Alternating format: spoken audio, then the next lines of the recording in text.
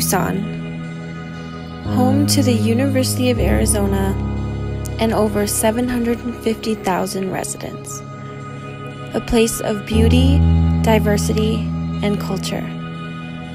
That is, until everyone goes home.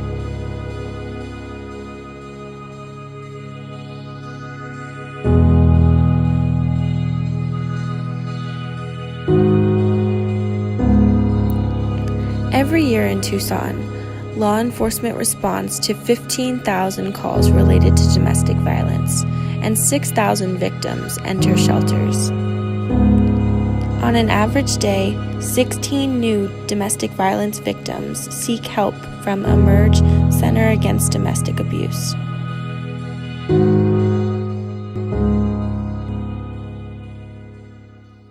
We know that at Emerge, we serve about 6,000 people every year. We also know that research suggests that only about 1 in 10 cases get reported.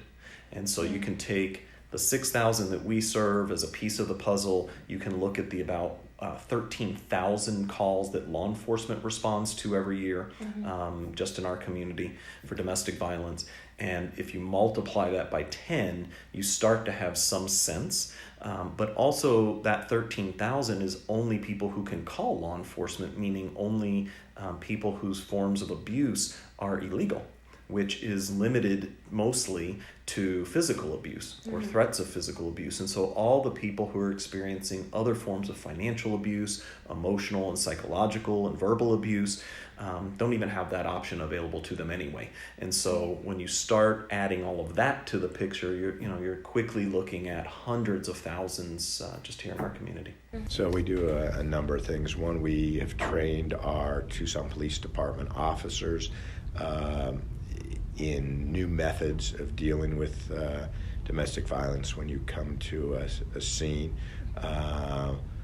We have passed an ordinance that requires that if there's a domestic violence incident, there's going to be a separation.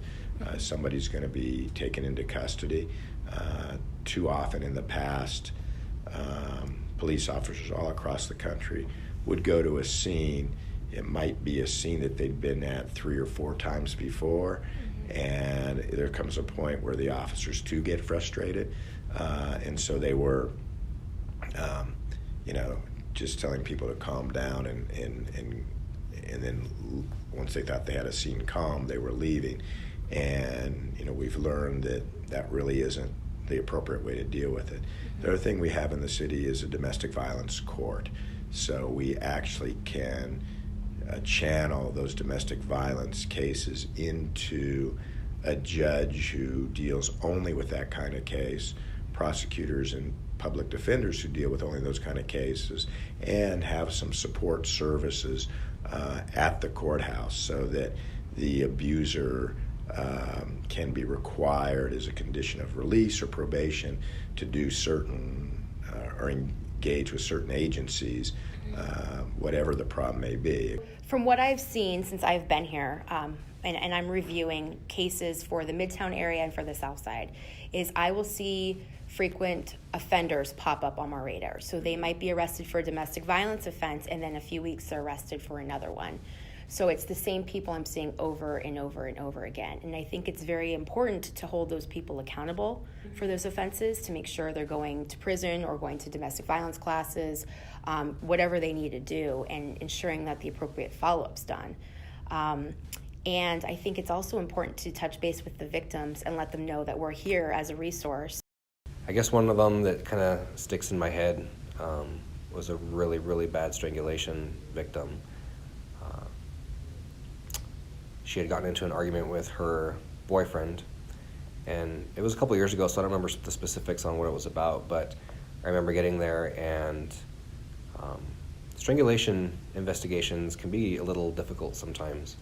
There's a lot that goes into investigating strangulation, but this particular victim had marks all over her. And strangulation victims don't always have marks. It's not uncommon that about 50% of our victims don't have marks at all after they've been strangled. But this individual had red marks all over her neck and her chest. She had memory loss. She lost consciousness several times. She was strangled multiple times throughout this fight.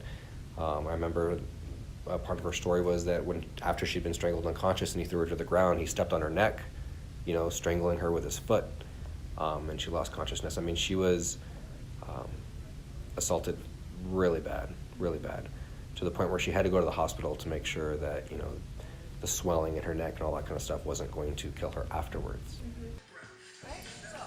Jenna Herder, a local business owner and domestic violence survivor, uses her experiences to help combat domestic violence within the Tucson community.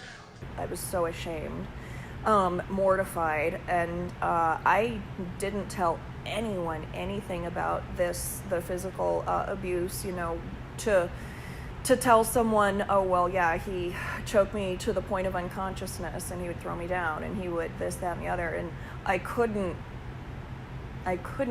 make myself say those words because I was so humiliated and ashamed of myself because I made the choice to let it happen. And it took me probably four or 5 years of being fully out of the relationship and years of healing. And it's been about probably 6 years now that I have been out of my abusive relationship and also out of pretty much any relationship. I don't have any interest in any kind of relationship, as far as romance goes. And it's only been, I would say, probably within the past year since I started my school that I really opened up to the general public about my struggles and what I went through, and that I'm still recovering, and I'm still, I still have the wounds inside, that'll never go away. I've physically healed, and I've found strength through what I do here and through my teaching and through helping other people. But I'm still a person inside, and I'm still in a way sensitive, and working through being seen as less than and treated as less than for so long. Yeah. I want people to understand that they have the ability within them to be able to effectively defend themselves and potentially save their life or a loved one's life.